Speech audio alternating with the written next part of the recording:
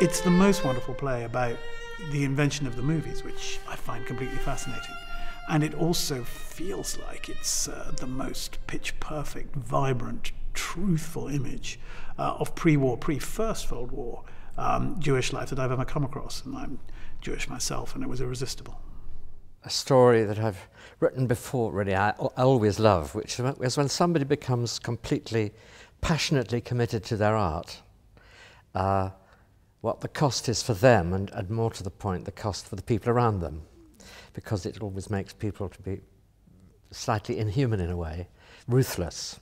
I just responded to this enormously. It's a very charming piece, and it's funny and it's moving. It's really sweet and really funny, and the more I get to know it, the more I like it, really. You know, you read the play and it's a fantastic story narratively, and then you read it again and there's so much kind of fueling underneath it and bubbling underneath. And there's lots of characters to like as well. I think there's lovely kind of personalities in it. At its centre is an impossible, arrogant, talented young guy. Behind the young man is a producer figure, the owner of the local sawmill, who is a kind of prototype Sam Goldwyn.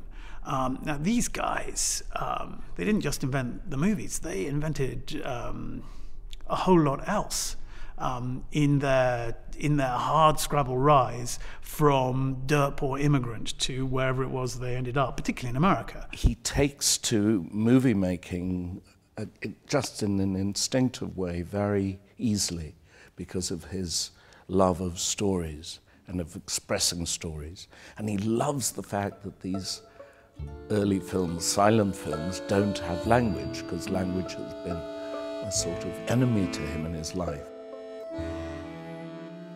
The great movie pioneers, who were not by any means all of them Jewish, by any means, they discovered these rules as they went along, and film grammar evolved through a process of trial and error. Model kind of figures out kind of through trial and error that he can actually use the film and the camera and the projector to actually make his own motion pictures.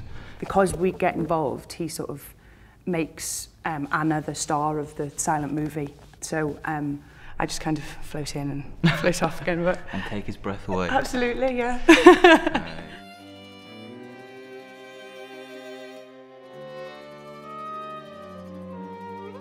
I have a very, very small scene, because the beauty of being the director is I'm behind the camera.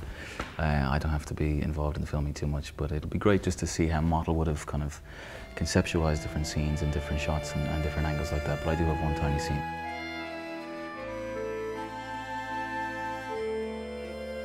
There's a Jewish word, chutzpah, which is sort of cheek. It's cheeky. It has a chutzpah to it in that you see the early days of filmmaking in this little Jewish village or shtetl. We're allowed to experience that life as it might have been experienced. This is not a tragic play. This is a play which is a celebration of a really vibrant, really attractive culture, which has completely disappeared. There is nothing like it anymore. It went, it's gone, kaput.